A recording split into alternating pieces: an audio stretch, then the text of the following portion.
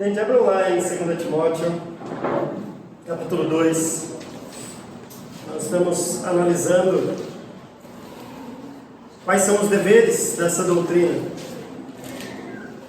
2 Timóteo, capítulo 2. Nós vimos que, ora, Paulo está tratando que o dever dessa doutrina é qual é a minha responsabilidade em relação a essa doutrina.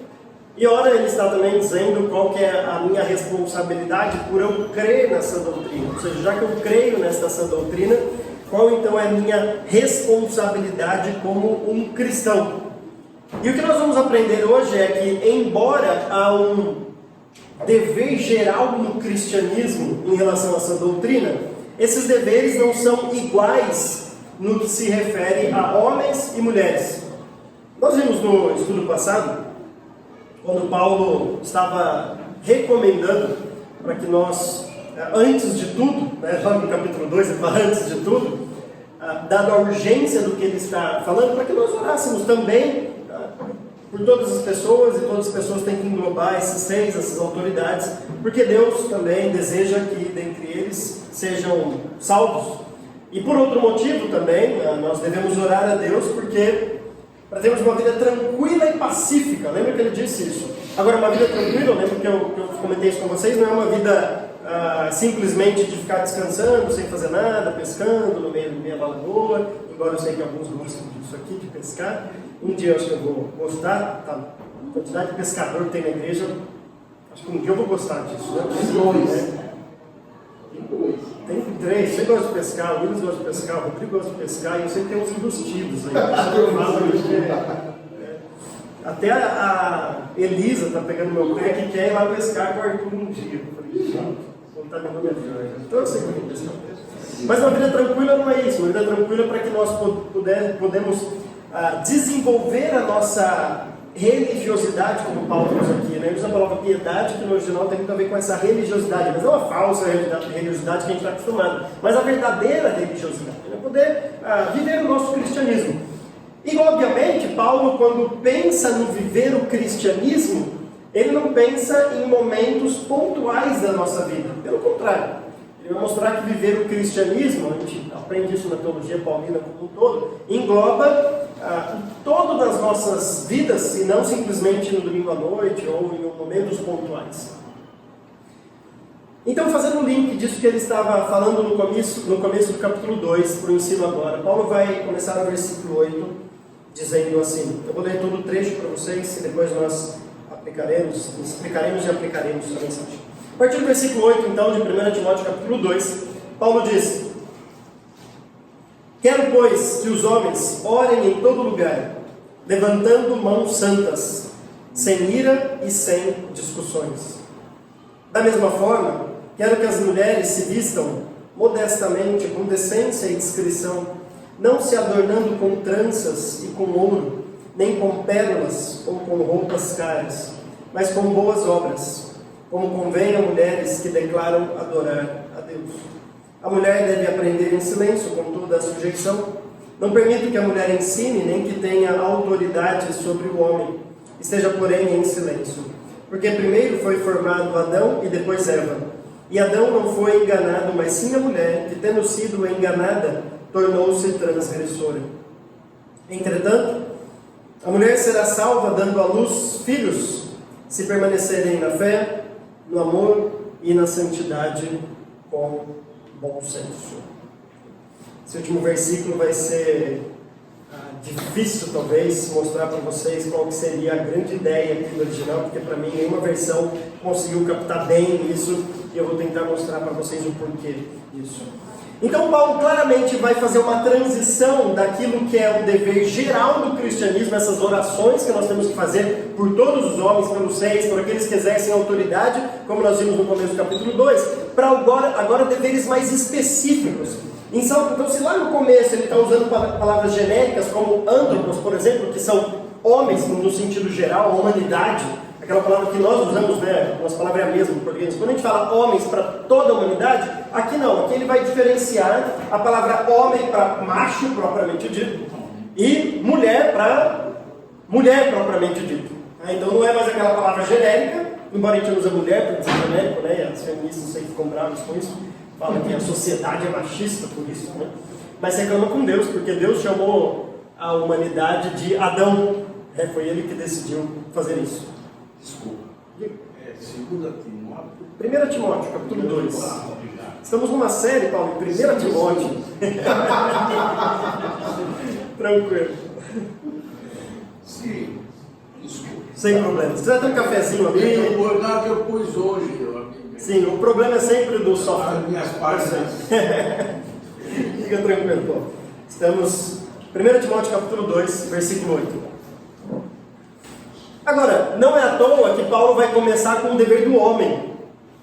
A gente sabe muito bem o porquê disso. Aliás, ele vai explicar isso nesse trecho, o porquê que ele começa com o dever do homem. E é interessante porque quando a gente olha para Gênesis capítulo 3, quando homem e mulher caem em pecado, embora a mulher, como Paulo vai dizer aqui, foi a primeira a pecar, a primeira transgressora, ela foi enganada, mas de quem Deus cobra em primeiro lugar um relato, né, uma explicação do que estava acontecendo ali. Deus chama o homem em primeiro lugar. Justamente porque o dever dessa doutrina do homem se resume nisso que Paulo vai tratar aqui no versículo 8.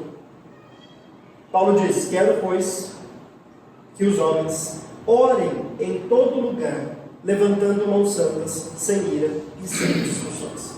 Talvez você pense: bom, é isso então? O dever do homem é só orar? Mas isso é fácil, isso é tranquilo, é só orar. É e não é. E eu vou dizer, é fácil, mas não é.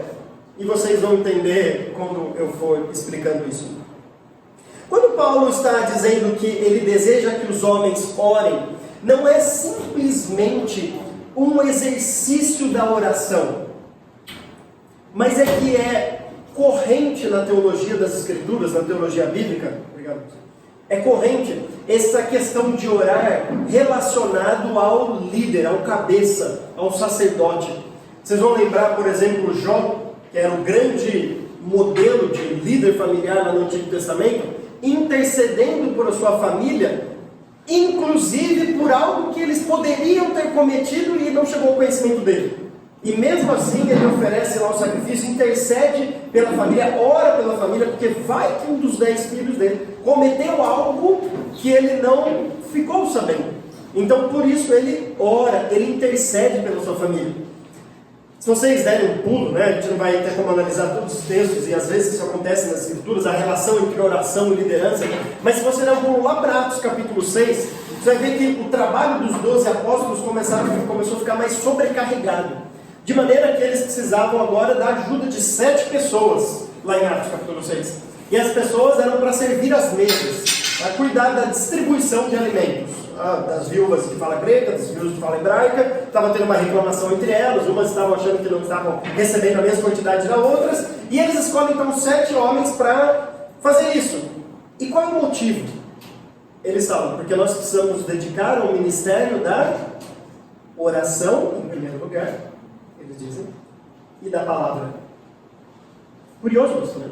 A oração, para eles, vem em primeiro lugar ali. Nós precisamos nos dedicar. A gente não está tendo tempo de nos dedicarmos como líderes apostólicos da igreja primitiva à oração em prol dos membros. Então a gente precisa de menos trabalho para que a gente possa orar mais. Percebe então essa relação? Quando sabe da palavra, com certeza também é importante, que Paulo vai tratar muito aqui nesse trecho, mas perceba a relação então entre oração e intercessão com a questão da liderança. Paulo está chamando a responsabilidade dos homens. Agora, a gente tem que sempre lembrar de uma coisa. Sempre, e eu digo sempre mesmo, que a Bíblia mostra um imperativo para nós, e agora eu vou dizer exclusivamente para homem e mulher, porque é interessante que sempre os imperativos são diferentes. Se olhar para Efésios, para homem é uma coisa, para mulher é outra. Se você olhar para 1 Pedro, capítulo 3, para homem a ordem é uma coisa, para a mulher é outra coisa. Se você olhar para Colossenses capítulo 3, que reflete muito o texto de Efésios capítulo 5, a ordem para o homem é uma, a ordem para a mulher é outra. Sempre que Paulo está tratando mais especificamente de homem e mulher, e não da responsabilidade de cristão, ele vai diferenciar as ordens. E ele faz isso porque ele conhece primeiro a si mesmo, ele sabe qual é a grande dificuldade do homem, mas também, inspirado pelo Espírito Santo, ele de alguma maneira, porque isso é difícil, ele conhece as mulheres. A gente não sabe como Paulo consegue fazer isso, porque conhecer escatologia é fácil. Conhecer cristologia é fácil. O difícil é conhecer as mulheres. Mas Paulo sabia qual era a luta das mulheres, mas ele estava inspirado pelo Espírito Santo. Por isso que ele conseguia fazer isso. Só por isso. Só por isso, porque realmente é complicado. Deixar a Aline depois assistir a pregação. Então Paulo está agora mostrando qual que é a grande dificuldade do homem. Mas talvez você pense, bom, quer dizer que a minha grande dificuldade é a oração? E eu digo sim. A grande dificuldade do homem é se colocar de joelho e orar pela sua família e com a sua família. Parece uma coisa tão simples, mas é uma das maiores reclamações que nós líderes temos quando alguma mulher vem conversar com a gente, um casal vem conversar com a gente, né? A gente nunca fala para a mulher reclamar do marido, nem o marido da mulher sozinho, porque isso não é ético fazer, mas às vezes vem o casal e fala assim, ó, meu marido não ora comigo, não ora com os meus filhos. Percebe? É uma coisa tão simples, parece. É oração. Mas parece que para nós homens, diante dessa responsabilidade que Deus nos deu de liderar a nossa família, orando por eles e com eles, uma coisa tão aparentemente simples torna-se o maior motivo de reclamação de mulheres, com maridos que não oram por ela, pelos filhos, e com ela e com os filhos, de maneira que a mulher às vezes tem que tomar a dianteira disso. Então o que Paulo está mostrando aqui não é simplesmente o exercício da oração. Aliás, perceba que ele vai dar 3 ordens específicas para os homens em relação à oração. A primeira delas, que é bem interessante, é: quero que os homens orem em todo lugar. Mas quer dizer que você tem que sair orando aí para todo lugar? Onde você vai, você tem que estar sempre orando. Não é essa a ideia. A ideia é o homem tem que assumir essa posição dele em todo lugar. Por exemplo, no culto público. No culto a Deus, quando nós estamos como igreja, a mulher pode orar, não tem nenhum problema com isso. Lá em 1 Coríntios capítulo 11 fala claramente, toda mulher que ora, profetiza, deve cobrir a sua cabeça para orar. Fala claramente isso. Então Paulo não ia se contradizer, ele não é esquizofrênico para em um lugar falar uma coisa, outro lugar falar outra. Não é essa a ideia. Inclusive, o silêncio aqui da mulher, a gente vai explicar, não tem nada a ver com isso. Então a mulher pode cantar, pode orar, pode fazer outra coisa. Mas a questão de Paulo aqui é que ele está convocando os homens para assumirem a sua posição. Eu já fui em várias igrejas para dizer que isso não acontece aqui, para a gente ficar bem. Mas que às vezes o líder está aqui na frente e fala assim: baixa as cabeças, eu queria que alguém orasse a Deus, agradecendo, orações de agradecimento. A porcentagem de mulheres que tomam a frente para fazer oração é muito maior que dos homens. Parece que a gente foge da nossa responsabilidade de assumir a dianteira e dizer: homem foi feito para ser líder. Foi assim que Deus criou. Aliás, não é à toa que Paulo vai usar, como eu vou explicar daqui a pouco, o argumento pré-queda. A gente sempre tem que prestar atenção quando Paulo vai usar o argumento antes de Gênesis 3. Porque Paulo está dizendo, isso não é efeito da queda, isso é o ideal de Deus. Deus nos criou para sermos assim. Então Paulo está chamando a responsabilidade do homem para orar em todo lugar. Sua casa. Para você ser um homem de oração no seu trabalho. Para você ser um homem de oração aqui na igreja. Alguém que realmente entenda a sua responsabilidade como homem de se colocar como líder. Agora, claro que nem todos vão ser líderes aqui na igreja. Mas Paulo escreve lá em 1 Coríntios 11, mostrando essa ordem, e ele não faz distinção do presbítero, do pastor, do diácono. Ele diz claramente que a ordem ali, ele está falando no contexto de culto público, é que Deus é o cabeça de Cristo, assim como Cristo é o cabeça do homem, e o homem é o cabeça da mulher. Depois Paulo continua a ordem para nós homens, dizendo assim: levantando mãos santas. O que Paulo está dizendo é que a nossa oração não pode ser feita de qualquer maneira. A nossa oração tem que ser feita de maneira santa a Deus. Esse levantar as mãos, né, quando Paulo fala disso, que é que os homens levantem a mão de maneira santa, no contexto judaico eles faziam isso por 2 motivos. O primeiro deles era para mostrar que eles não tinham nada em suas mãos que pudessem justificá-los diante de Deus. Eles não estavam levando nada, não era uma barganha. Eles estavam de mãos limpas puras, somente as mãos erguidas a Deus. E outra lição desse simbolismo que os judeus entendiam quando eles erguiam a mão em oração a Deus nas suas preces, era que as mãos deles estavam limpas, santas, puras.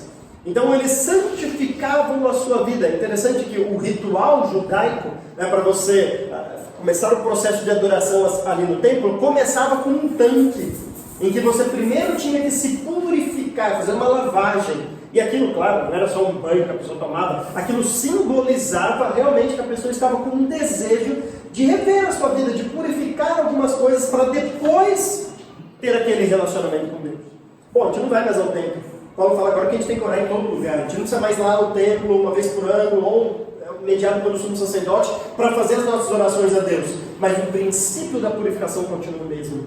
Paulo diz, ore, mas ore de maneira santa. Ore com as mãos limpas. Ore a Deus sem mancha, sem sujeira, sem esconder nada. Agora, talvez Paulo vai qualificar isso que ele está querendo dizer de maneira mais específica nessa terceira ordem da oração.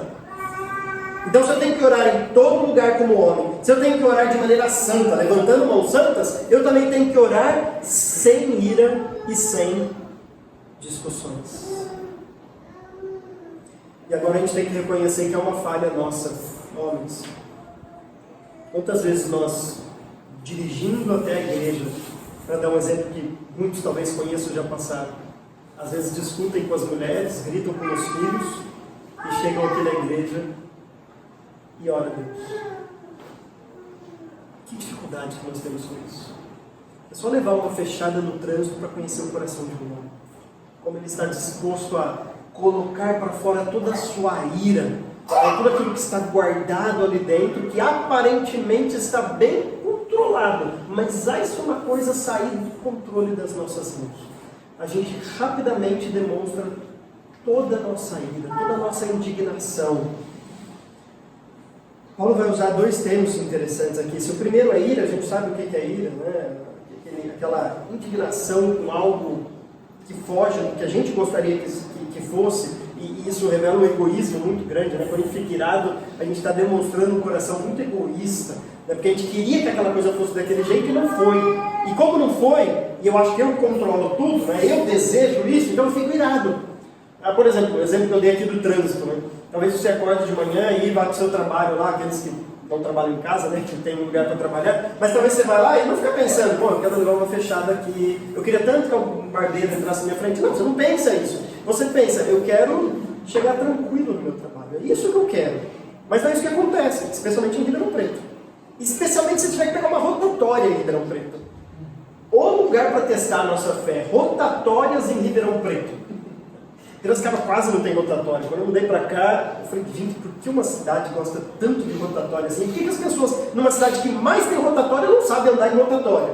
Enfim, é quase inexplicável. Mas é só alguma coisa da errada no trânsito, que tudo aquele planejamento que a gente fez ao sair de casa vem em indignação, ira, e a gente sabe qual é a nossa reação. A segunda palavra que Paulo usa aqui, sem discussão, é sem... Literalmente a ideia é sem duvidar, é sem ficar debatendo. E parece que uma coisa tem muito a ver com a outra, porque a nossa ira é derivada de algo que saiu do nosso controle. Então essa ira, no fundo, a gente está discutindo com Deus. Por que Deus colocou alguém no nosso caminho para fechar o trânsito?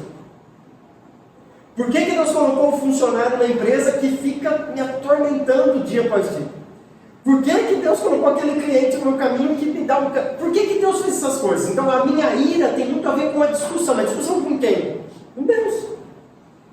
Eu fico inconformado, irado, porque Deus... A gente sabe que Deus fez isso, né? Não existe acaso.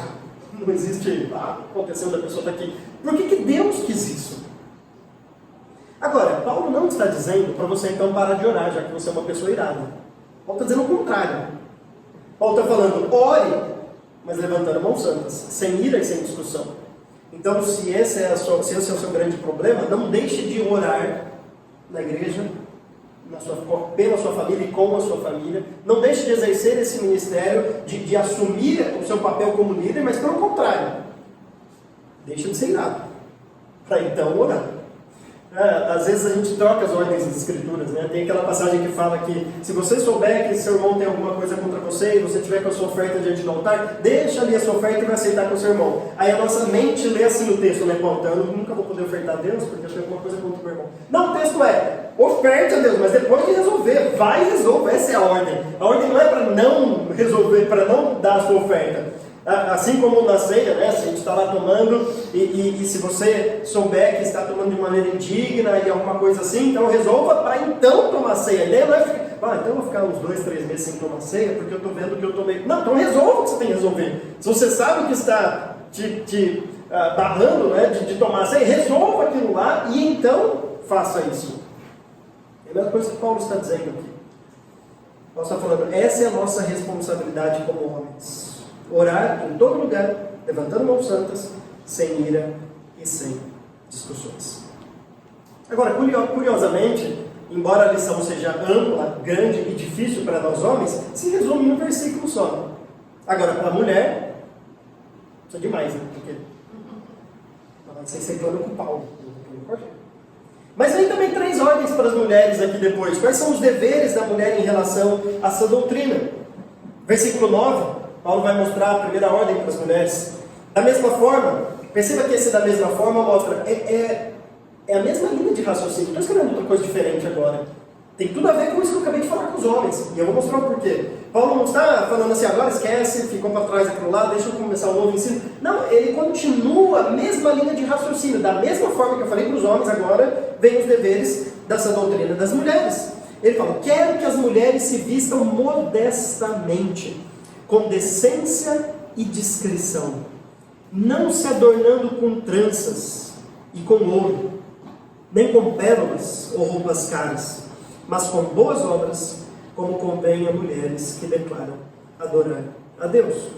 O primeiro grande dever aqui da mulher é como que você é conhecida na sociedade, na igreja? Como você é conhecida? Você é conhecida como aquela pessoa que está sempre na moda? Aquela pessoa ali, tinha uma roupa impecável que ela é. Ou você é conhecida por ser uma mulher temente a Deus de boas obras? O que Paulo está dizendo aqui, ele não está indo contra mulher fazer trança, eu vou mostrar o porquê. Não é isso que ele está dizendo. Bom, naquela época talvez sim pelo motivo que as mulheres faziam tranças. Mas se fizer uma trança não tem problema nenhum, fica tranquilo. Minhas filhas vira mexendo de trança aí, Elisa, porque assim ele tadinho tem cabelo. Não tem problema nenhum usar trança. Paulo não está dizendo que você não pode ter roupas novas. Paulo não está dizendo que você não pode se arrumar, usar um brinco. Não é isso que ele está dizendo. O que ele está mostrando é por que motivo você é caracterizado. Como as pessoas te conhecem. Paulo não quer que as mulheres sejam conhecidas por se vestirem indecentemente. A gente vive numa sociedade, isso não é exclusivo nosso, isso vem desde sempre, em que parece que as mulheres desejam viver numa competição de qual chama mais atenção. E eu sei que elas fazem isso dizendo que chama a atenção dos homens, mas no fundo é uma competição entre as mulheres. Entre as mulheres, de quem que chama mais atenção. E eu já vi várias mulheres comentando assim, estou perdendo meu tempo aqui, andando de maneira decente, porque tem a fulana lá que sai e todo mundo fica olhando para ela, então por que eu estou perdendo tempo? Percebe aquela competição de que as pessoas têm que me olhar também. Mas a questão é, por que as pessoas vão olhar para você? Por causa da sua roupa? Porque sua roupa é curta? Porque fica mostrando o umbigo? Porque fica mostrando as pernas? Porque tem um decote muito grande? Por que as pessoas vão te olhar? Paulo não quer também, né? Então ele fala, não se vistam modestamente, com decência e discrição. Paulo não quer também esse adorno com tranças e com ouro, com pérolas ou roupas caras. Deixa eu contar para vocês o que acontecia naquele contexto. As tranças eram usadas por 2 motivos lá em Éfeso. Éfeso, vocês vão lembrar, para aqueles que gostam de estudar história e tudo, é onde ficava o templo de Diana, ou também chamada de Ártemis, né? A grande Diana dos Efésios, a deusa que ficava ali. E essa deusa, para ser adorada, ela exigia que a mulher vestisse de maneira diferente, mas de maneira a seduzir. Aliás, os cultos pagãos daquela época tinham muito a ver com promiscuidade sexual. Existiam muitas prostitutas, né, que eram as sacerdotisas, ficavam ali no templo simplesmente para os homens irem cultuar a Deus, entre aspas, claro, né? Por meio do relacionamento sexual. E essas mulheres tinham que chamar a atenção desses homens pelo seu modo de vestir. Então, para isso, elas usavam aquelas tranças. E nessas tranças, isso é cultura, tá? Eu sei que hoje, se a mulher sair assim na rua, vai ser talvez ridículo. Mas é nessas tranças que elas faziam bem grandes assim no cabelo, em que elas colocavam todos os objetos caros que elas tinham. Uma das coisas mais raras de se achar naquela época era pérola. Hoje é raro achar uma pérola. Você pensou naquela época achar uma pérola? Então, quando uma mulher tinha condição de comprar uma pérola, ela fazia de tudo para mostrar essa pérola para todo mundo. Então ela colocava no topo dessa trança no meio da cabeça, que era uma coisa bem assim chamativa, para todo mundo ver que ela tem condição de comprar uma pérola. Justamente para competir com aquelas que chamavam a atenção dos homens, as sacerdotisas lá, né? Que ficavam no templo para ter relacionamento sexual com aqueles homens que iam adorar a deusa Diana, a deusa Ártemis. Então é neste contexto que Paulo fala, eu não quero que a mulher faça tranças. Talvez hoje, uma mulher fazer trança não estaria tendo problema como naquela época. Mas a gente sabe quais são os problemas, as mulheres sabem disso, quais são os problemas que elas podem causar hoje. Isso tem muito a ver com propósito.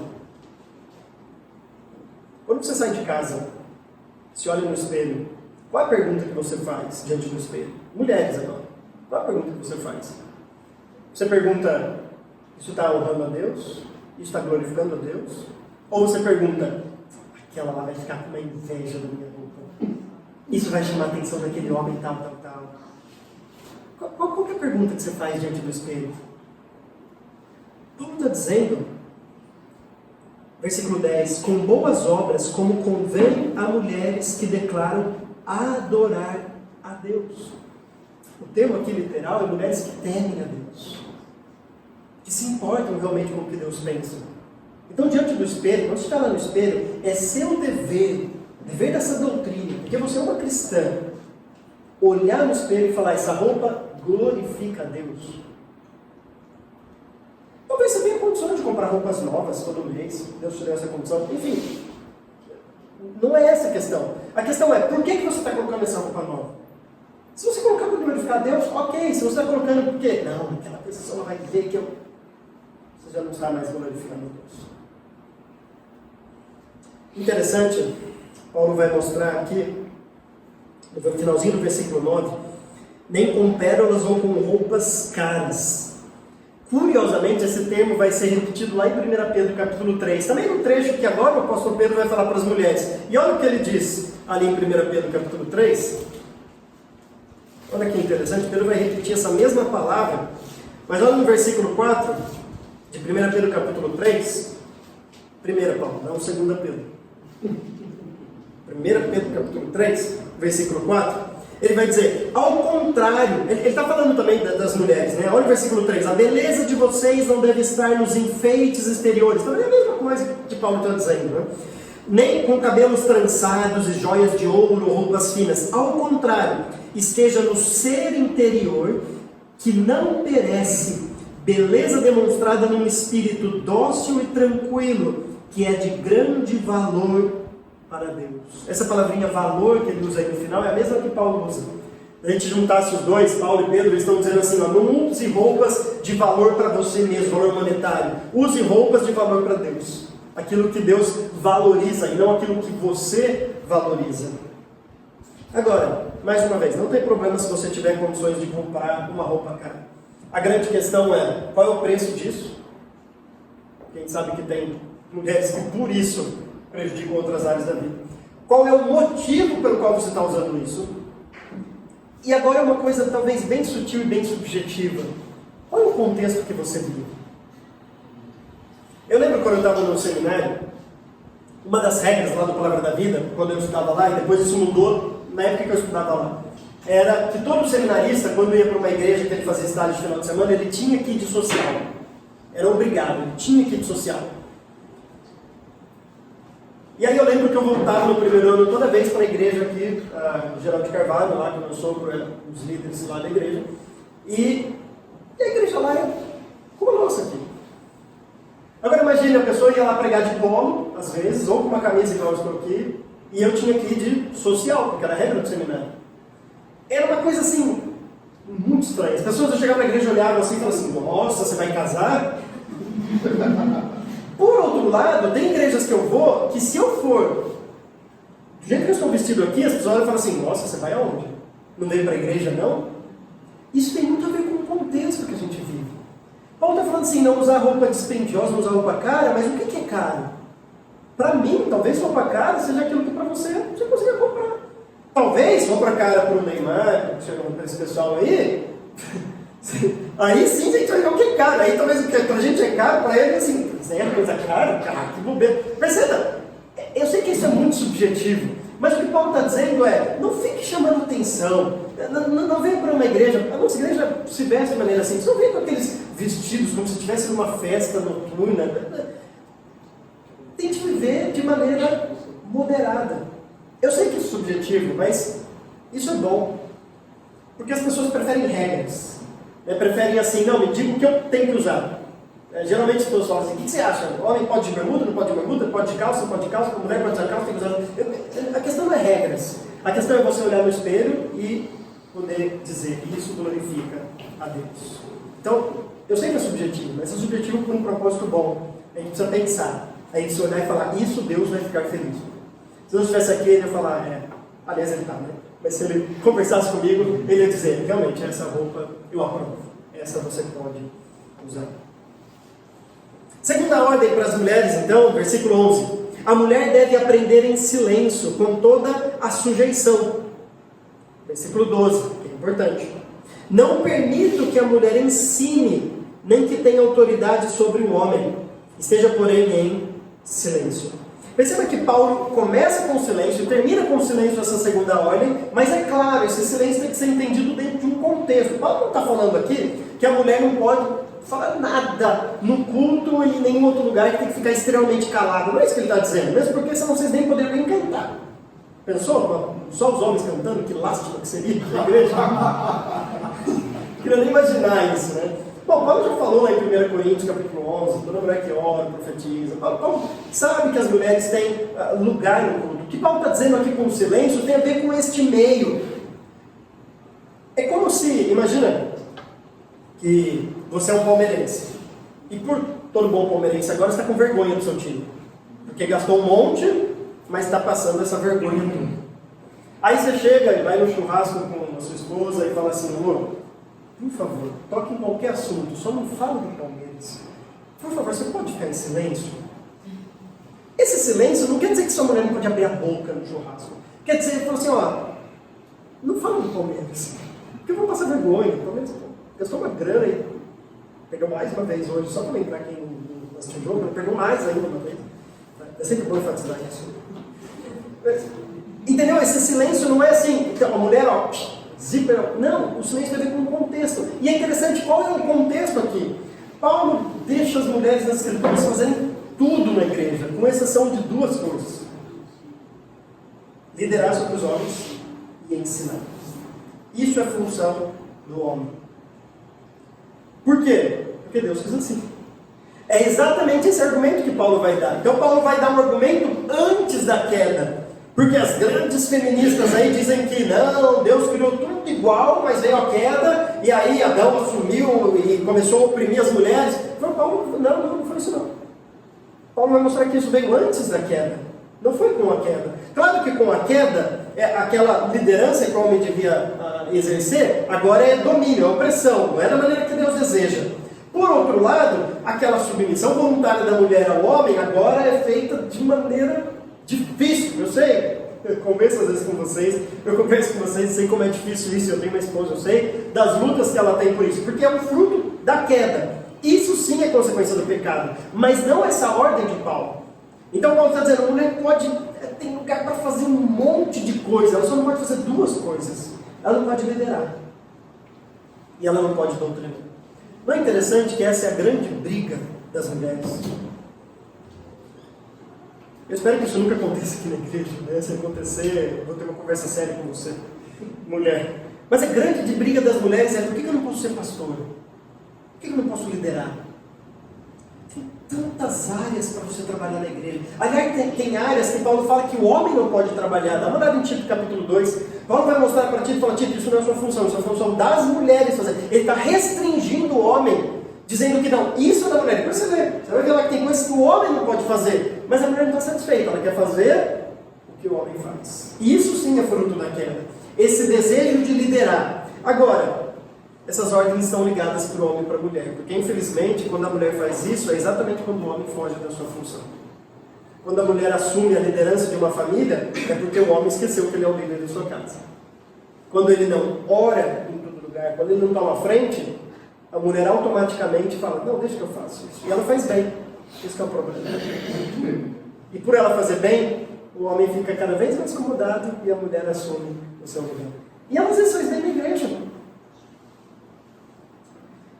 Tem igrejas que, quando a mulher prega, lota de gente. Aliás, eu conheço uma aqui em Ribeirão que é assim: casal são pastores. E eu tenho amigos de lá que é dessa igreja. E aí, quando a mulher está para pregar, lota a igreja. Quando o homem está para pregar, não vai ninguém. Aliás, quando a Aline dá estudo em alguns lugares para as mulheres, né? As mulheres veem: nossa, como a gente gostou do estudo da Aline. Eu falei assim: eu sei, Deus é muito sábio, porque se a mulher pudesse pregar, eu não faria quase nada, né? Eu sei que ela prega aqui. Mas graças a Deus falou: mulher não pode ensinar homens. Então, Paulo está restringindo o ministério da mulher em duas situações. Não permite que a mulher ensine. A palavra aqui é didascalia, tem muito a ver com a doutrina, né, o passar da doutrina. Isso é responsabilidade dos homens. E não permite também que a mulher exerça autoridade sobre o homem. Agora, lembra, Paulo está falando em todo lugar, então não está falando só na igreja, está falando na sua casa também. Ele joga isso para outros âmbitos da vida. Ele não permite que a mulher exerça liderança sobre o homem, e nem que a mulher ensine. Aí vem o grande motivo, no versículo 13. Paulo diz: porque primeiro foi formado Adão e depois Eva. Na ordem da criação, Adão foi criado primeiro. Paulo usa isso como argumento do que ele está dizendo. A própria ordem da criação já nos mostra o padrão de Deus. Deus quer que o homem tome a frente porque Adão foi criado primeiro. Agora, se você lembra da narrativa da criação, a mulher foi criada porque Deus viu que não era bom que o homem estivesse só. E Deus disse: eu farei para ele uma auxiliadora. Alguém que ele seja correspondente, idônea.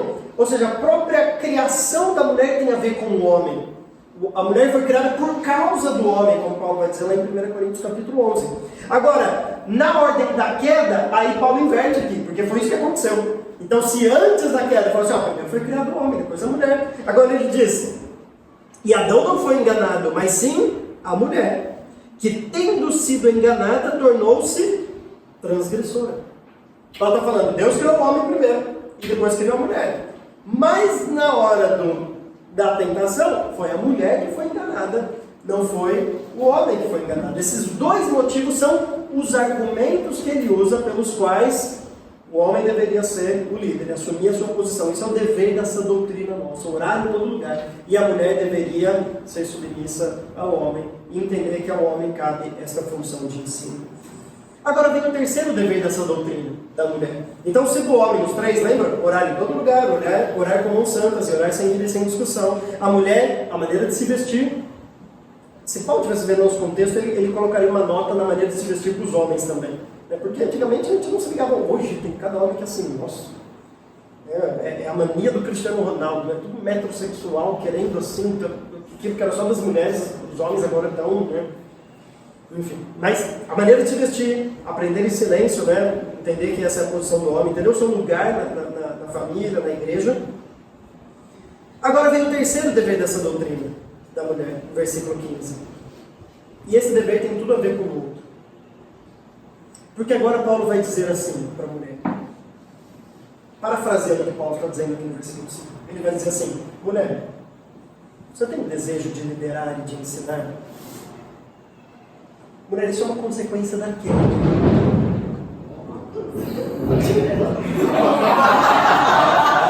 Prestem atenção.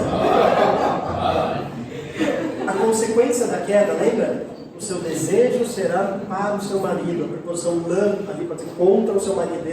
Agora vai ter uma briga de poderes na família, na igreja, nos âmbitos da sociedade. Mulher, você quer liderar, você quer ensinar, você pode fazer isso agora, Paulo está dizendo. Olha só, Paulo acabou de falar que ela não pode, mas agora vai dizer que você pode fazer isso, desde que seja para as pessoas certas. Paulo vai falar assim, no versículo 15: entretanto, a mulher será salva, dando à luz filhos, se eles permanecerem na fé, no amor e na santidade, com bom senso. Agora deixa eu primeiro tentar explicar o que esse versículo está dizendo. Literalmente, o texto está dizendo assim: entretanto, a mulher, singular, será salva, continua no singular, mas agora a gente tem um probleminha, porque a língua grega não coloca pronomes, às vezes, antes dos verbos. Então a gente não sabe a quem Paulo está se referindo, mas o segundo verbo é: a mulher será salva, e depois continua, se permanecerem. Então, se você está usando a revista atualizada, a revista atualizada colocou se elas permanecerem, é isso? Você quer usar? Se ela permanecer. Então mudou o verbo está no plural, mas ele colocou no singular. Meio que falando assim: ixi, Paulo não sabe concordância, né? Então vou colocar no singular para ajudar Paulo, né? Tudo mais. Então se ela permanecer, mas não é isso. A Bíblia está dizendo se permanecerem. Por outro lado, a NVI falou assim: se elas permanecerem. Agora, aí Paulo também não está dando concordância, porque ele está falando: a mulher será salva se elas permanecerem. O versículo não faz sentido. E para mim é porque Paulo não está falando sobre as mulheres aqui, nessa segunda parte. Paulo está falando sobre os filhos. A palavra que Paulo usa aqui é a palavra tecnogonias. A mulher será salva. E salva não quer dizer salva de ir para o céu, não é essa salvação. Salva aqui é reverter a queda lá, a maldição que foi lançada sobre as mulheres como fruto da queda. A mulher vai ter revertido essa maldição, ela vai ser salva disso na sua tecnogonia, na sua geração de filhos. É isso que significa. Por isso que ele fala a missão de mãe, uma missão de ter filhos, nessa tarefa de ter filhos. E aí o sujeito está embutido nessa palavra, tecno, que são filhos em grego. Quando a mulher tiver filhos e estes permanecerem nos caminhos de Deus, ela será salva disso, porque ela liderou e ensinou quem é a responsabilidade dela. Claro que no fundo a nossa responsabilidade como homem é nosso lar, inclusive os filhos. Não tem dúvida disso. Mas Paulo está reconhecendo aqui que as mulheres são aquelas que passam mais tempo com os filhos. E é função delas praticamente fazer isso. Em última instância, nós somos o líder do lar, isso é cobrado de nós. Mas, na administração do lar, embora nós sejamos os líderes, essa tarefa é mais das mulheres. Tanto é que, quando a gente vê uma criança comportada, ou uma criança que depois de crescida está nos caminhos de Deus, a gente olha e não fala assim, bom, alguns falam, né, nossa, que sorte que você teve, né, mas não existe sorte. O que a gente olha é, essa mãe fez um bom trabalho. É isso que o texto está dizendo. Então, quando os filhos, imagine, a gente está num contexto aí que as pessoas têm bastante filhos, né? Porque ele está pressupondo que vai ter filhos. Mas então imagine que os filhos dessas mulheres crescem e eles permanecem na fé, no amor e na santidade com bom senso. Estão todos no caminho do Senhor, todos na fé, no amor, perseverando em santidade. Você olha e diz, essa mulher fez um bom trabalho.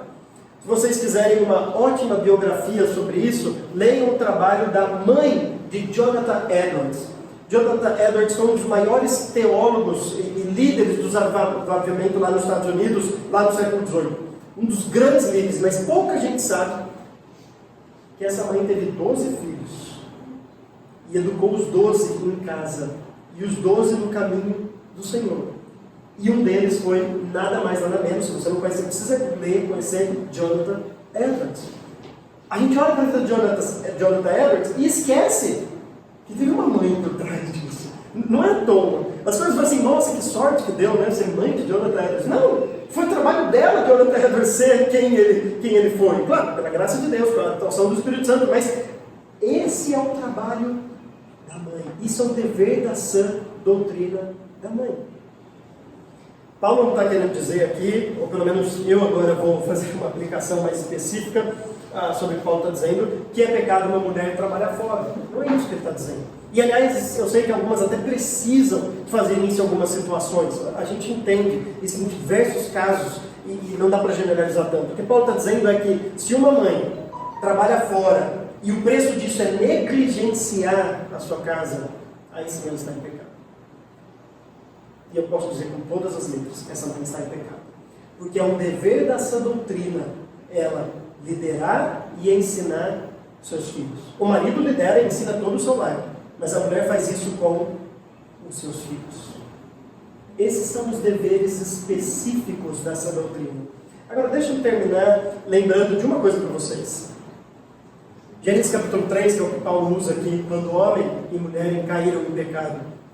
Como veio a redenção da humanidade prometida em Gênesis capítulo 3, versículo 15? Essa mulher vai ter um descendente. Não é interessante que é por meio da missão de mãe dela, ao gerar filhos, ia vir um descendente.